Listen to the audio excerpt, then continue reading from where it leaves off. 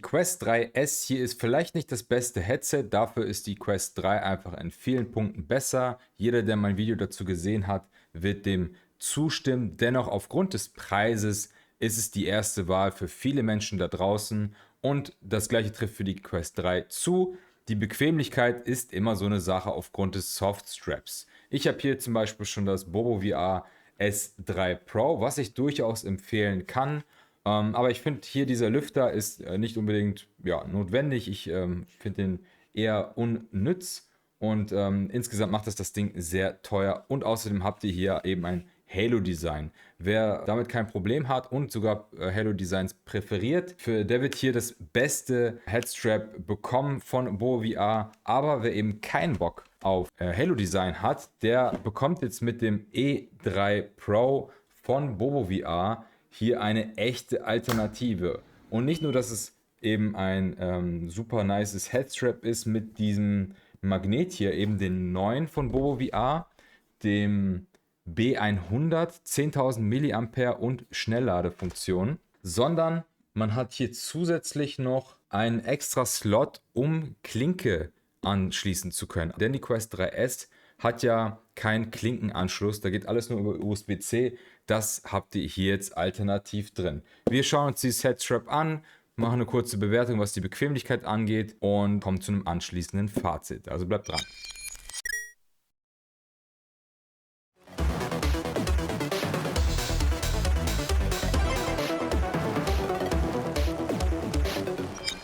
Die Quest 3S ist für viele jetzt umso interessanter geworden, dadurch, dass es jetzt die 256 GB Version für 50 € weniger gibt. Wenn ihr die Quest 3S kaufen solltet, macht das gerne mit einem Affiliate-Link unten in der Beschreibung. Bei Amazon kriegt ihr leider keinen Rabatt, aber wenn ihr über Meta direkt kauft, gibt es ein 30 € Spieleguthaben dazu.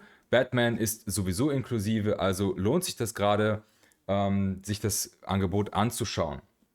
Aber in diesem Video geht es jetzt hier rum. Ich schalte um auf die Top-Cam und dann schauen wir uns mal an, was wir alles drin finden.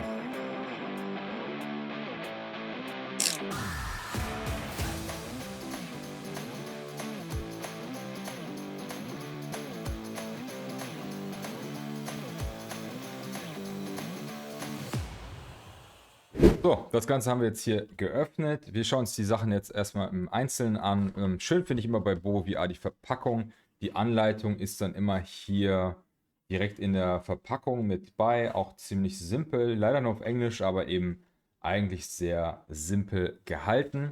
Die brauchen wir aber erstmal nicht. Ich glaube, ich habe genug Erfahrung mit BoVR, als dass ich das so hinbekomme. Dann haben wir hier noch den Akku, der B100, wie gesagt, definitiv ein Upgrade zum B1, glaube ich. Dadurch, dass er eben doppelt so viel Speicher hat und eben Schnellladefunktion hat. Also ja, auf jeden Fall könnt ihr eure Quest damit sehr gut aufladen. Immer noch leider keine Kompatibilität zu einem Pico-Headset, da warte ich ja persönlich drauf. Aber immerhin haben wir das hier bei der Quest. Der Aufbau ist ziemlich einfach. Wir haben hier diese beiden Teile, die wir einfach zusammenfügen müssen. Da müssen wir nur gucken, dass rechts und links passen. Aber es ist eigentlich sehr einleuchtend. Dadurch, dass hier BoboVR steht, muss das natürlich sichtbar sein, also nicht verkehrt herum. Und hier auf dem Bereich steht Down. Also kommt das runter und wird einfach hier hinten eingesteckt. Okay, einmal reingestopft hält das eigentlich ganz gut, aber man kriegt es trotzdem leicht wieder raus, wenn man es jetzt verstauen möchte. So, das Kabel ist jetzt hier so ein bisschen verdreht, aber es ist, glaube ich, sowieso lang genug, als dass das hier irgendwie stört. So, wir sehen jetzt hier schon, der Klinkenanschluss ist hier direkt drin verbaut. Was optisch finde ich, sieht das ein bisschen erstmal schlicht insgesamt, aber dieser Bereich hier, wo die Akkuladeanzeige ist und der Anschluss für die Klinke, muss natürlich irgendwo ein Chip drin verbaut sein, damit der USB-C auf Klinke dann sich überhaupt übertragen lässt. Aber es sieht so ein bisschen draufgepfropft aus, als hätten sie das Design erstmal ohne gehabt und dann das hier einfach mit draufgeklebt. Ich hoffe jetzt auch einfach mal, dass da nichts dran kaputt geht. Schön finde ich aber, dass das Kabel hier dann wiederum rausschaut und nicht irgendwie zusätzlich ist. Allerdings, wenn ich das jetzt hier so sehe, wenn man das hier dann zumacht, also anschließt, dann ja, haben wir das hier. Ich weiß nicht, ob man das dann irgendwie verdrehen kann man das auch nicht. Ja, vielleicht so in diese Richtung, aber dann verdeckt man das Display. Ja, weiß ich nicht. Irgendwie eigenartig. Aber gut, wir schließen das einfach mal an. Das BoVR S3 Pro machen wir hier ab. Das ist relativ einfach reingeslidet. Können wir auch schnell abnehmen. Ich finde auch schön, dass das Topstrap hier nicht mehr irgendwie hier befestigt werden muss. Das ist hier aber jetzt natürlich der Fall. Das müssen wir drauf machen. Übrigens, meiner Meinung nach, das AMVR hier das beste Face Gasket. Hier kann ich definitiv empfehlen. Leider nicht verstellbar, so wie es bei der Quest 3 ist. Aber da gibt es, soweit ich weiß, auch noch gar keins für die Quest 3S. So, und hier wird es anders als beim S3 Pro einfach angeklickt, so wie beim Elite Strap. Und das geht auch relativ einfach. Was ich gut finde, auch hier wieder, oh, was ich neu sehe, hier sind so kleine, kleine Ausbuchungen, um das Ganze hier wieder einfacher abzunehmen. Das gab es vorher nicht bei BoVR und es ist soweit dezent gehalten, dass es jetzt nicht negativ auffällt. Das finde ich ist ein kleines nettes Detail. Und was wir hier auf der anderen Seite sehen, hier ist ein Loch. Ebenfalls man das Ganze für die Quest 3 benutzen möchte. Die hat ja noch einen Klinkenanschluss, damit man das hier benutzen kann. Wird natürlich obsolet, diese Funktion hier mit dem Klinkenanschluss, wenn man die Quest 3 hat. Da ist eventuell die Quest 3S dann die bessere Option. Aber wenn es euch darum geht, kein Elite Strap zu haben, sondern kein Halo-Design, sondern nur Elite Strap, und dann gleichzeitig den B100 Akku, dann kommt ihr nicht an dem E3 Pro hier vorbei. Am einfachsten ist es, wenn ihr das Face Gasket einmal löst, dann kommt ihr hier gut rüber. So, und das wäre es auch schon. So sieht das, ja, jetzt komme ich durcheinander mit den Zahlen, E3 Pro von BoVR. Ganz schlicht, und jetzt können wir das hier eben anschließen. Ja, vielleicht andersrum, so ums Eck. Verdeckt vielleicht ein bisschen dann die Kamera hier. Ja, das ja, finde ich nicht perfekt gelöst. Eventuell einfach so. Dann haben wir hier diese Schlaufe. Ja, dann finde ich es ja fast schon besser, wenn das hier einfach durchgeht und ich das hier fest verbinden kann. Naja, das machen wir noch ab. Und gucken mal, wie das Ganze hier aussieht, wenn wir es anmachen. Einen Lüfter haben wir hier jetzt natürlich nicht mehr. Und einen Knopf. Das S3 Pro hat zwar auch einen Knopf, um den Lüfter anzumachen. Jetzt bin ich mir nicht sicher, ob dieser Lüfter hier, Lüfter hat es ja nicht, dieser Knopf hier irgendeine Bewandtnis hat. Vielleicht kann man den Akku an- und ausstellen. Ah ja, ich muss natürlich erstmal den Akku hier dran machen. Ja, das klassische Piepen ist auch immer noch da. Ich weiß nicht, ob ihr das hören könnt. Okay, 31% vorgeladen. Und wenn ich jetzt hier drauf drücke, wenn ich halte, geht's aus. Wenn ich drauf drücke, piept's. Und er geht an. Okay, man kann den Akku anscheinend ausstellen. Finde ich interessant. Ich weiß nicht, ob ich das brauche. Aber wir probieren das Ganze jetzt mal klassisch aus. Wie ist so die Bequemlichkeit?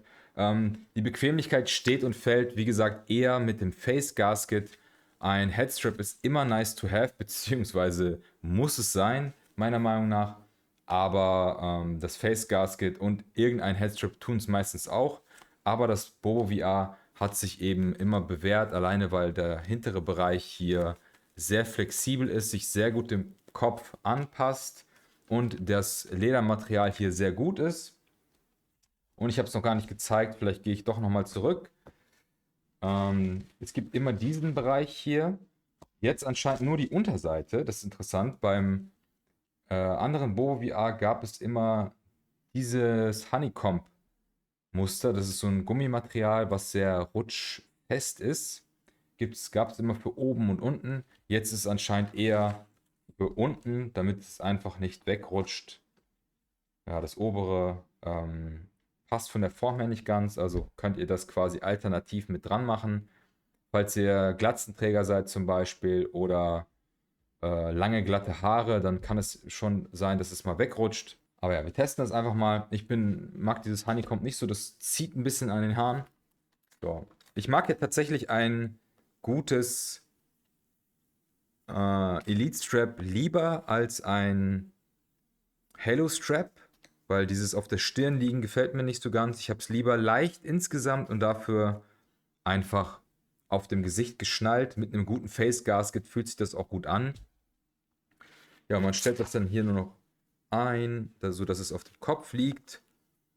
Und ich muss sagen, das fühlt sich gut an. Wie gesagt, hinten passt sich das sehr gut der Kopfform an. Da kann man sich wirklich nicht beschweren. Bisschen justieren. Das ist natürlich die Quest 3S. Die ist jetzt nicht so perfekt, was den Sweet Spot angeht, wie die Quest 3. Muss ich immer wieder feststellen, wenn ich dann doch wieder reingehe. Aber einmal eingestellt und angepasst, passt das sehr gut.